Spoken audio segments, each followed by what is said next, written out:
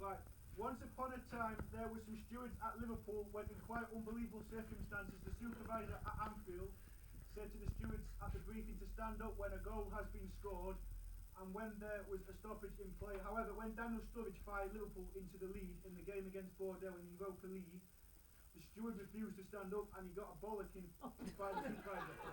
You might have to change that word. I can change Yeah, that he now. got told Hold off. off. That's it. Yeah, the steward got told. The steward was. Yeah, he got told off by the supervisor. Bollocking is a term used, but No, he got Sam- told. He got told. He got Yeah. told off. Yeah, go on then. He got a telling off by the supervisor Yeah. for not standing up when Liverpool took the lead. The steward, however, his language it was appalling. He told the supervisor, he told him to do one, and that he hoped he lost his job. And the other stewards they were shocked by how the steward was behaving. He was causing a lot of disorder and he was unfit to steward at Anfield.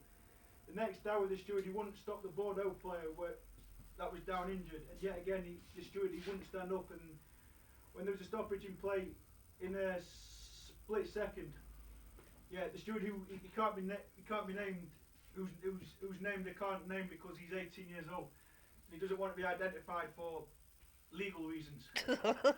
However, in a matter of seconds, the supporter came up to the steward and asked where are the toilets.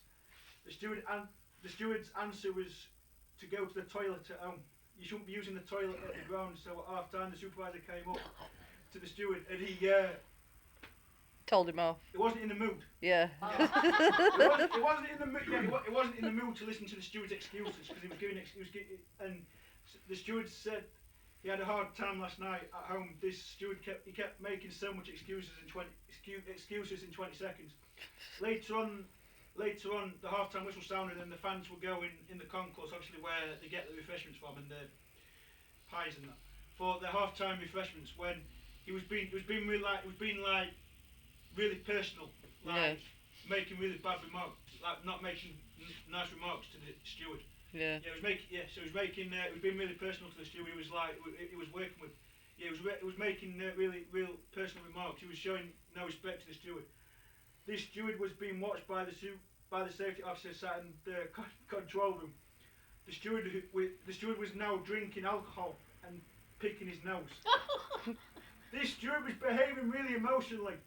So when Bordeaux were on the attack for the second half, the steward who refused to swap with the other steward who worked the vomitory when the supervisor spoke with the so who refused to swap with the other steward who worked the vomitory when the supervisor spoke with the steward before the crowd came in to the ground. Suddenly there was a laugh from the steward who was behaving like a 5-year-old. The steward was embarrassing the Liverpool fans and the other stewards. He was constantly on his mobile phone. He refused to put his phone in his pocket when the supervisor asked him to put his phone away. All of a sudden, this steward, it was about 5'11" to 6'2". When Liverpool won the attack, he was doing hand signals from track side. The supervisor caught him and got the steward who was working the concourse to cover while the supervisor had some really strong words with him. This steward was on his final warning by the supervisor. This steward worked for Liverpool Football Club. The supervisor said to the steward he needed to step up and stop messing about. Stop mucking about. He said if he carried on messing about, he would pull him off the shift and send the steward home and wouldn't sign the steward out. In a matter of minutes, the steward's job was on the line. Suddenly, when Liverpool had a throw-in, he decided to stick his chest out. So the supervisor caught the steward and told the steward to go home and not to return to Anfield, and that he would be phoning his father.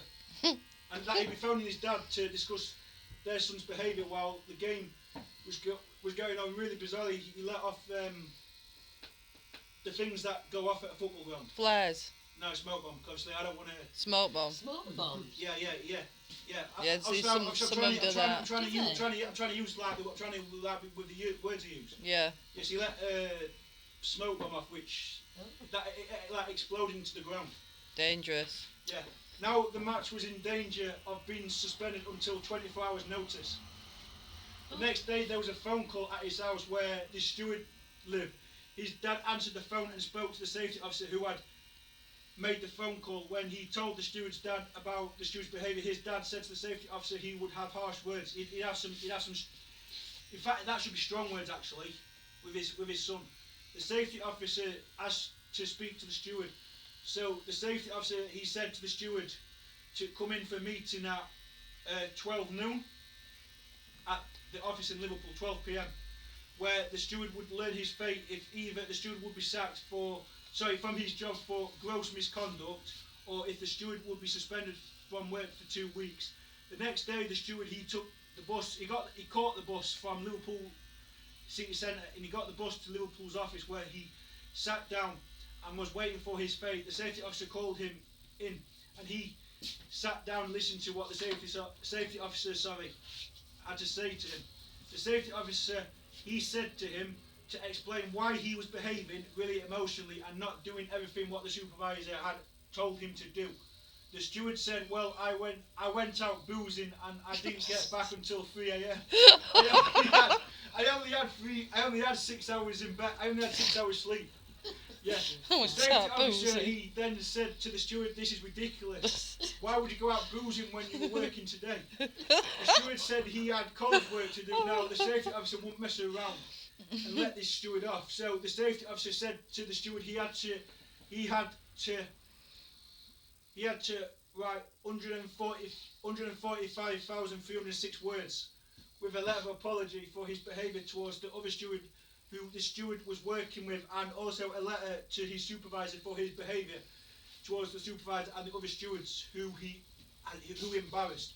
Yeah, later that evening, the steward wrote an apology letter with a number of 145,306 words.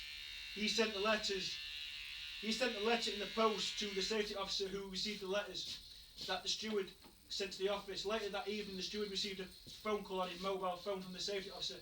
He told him he would be suspending him for 2 weeks pending further investigation. The next day, the steward was punished by his dad, who took away from his bedroom. Who took away from his bedroom. The next day, the steward was punished by his dad, who took away from his bedroom his mobile phone plus his Xbox. The steward's father was disgusted. He was livid with his son. Later that evening, the son's mum arrived home from work. Obviously, I'm not going to name her, but when she found out the news from the steward's dad and her husband, she was infuriated and extremely angry with her son. She said, "You are a fool. I don't trust you. You're not allowed to see your friends for 90 days. Get out of the house." In a split second, the steward ran out of the house. He was carrying something really dangerous with him. Yeah, he was carrying something dangerous with him. The steward was nowhere to be seen. His dad tried contacting his son, but he just couldn't get through to him. Later that evening, the son's dad went outside the house when he noticed there was a damage in his mum's car, and that his car had gone missing. The father's son stole his father's car and took his dad's laptop and had his dad's bank card and his dad's driving license. Goodness me. I know. Later that evening, there was an unexpected twist to the events. The police pulled up to the side of the road when he got the steward on CCTV going into his employee's home. While obviously while his employee, they were fast asleep in bed. Yeah, the next day, the mum and dad of the son, who has now been named as Damien Ritchie. Damien Ritchie said for her and him to never contact him again. At 10 p.m, the police handcuffed Damien Ritchie, who was sentenced to a minimum of 90 years in prison for taking his dad's laptop and his dad's belongings that he takes with him for his job as a scientist. The end, Sam Jenkinson. Oh, well done, Sam. Sam, is that a true story?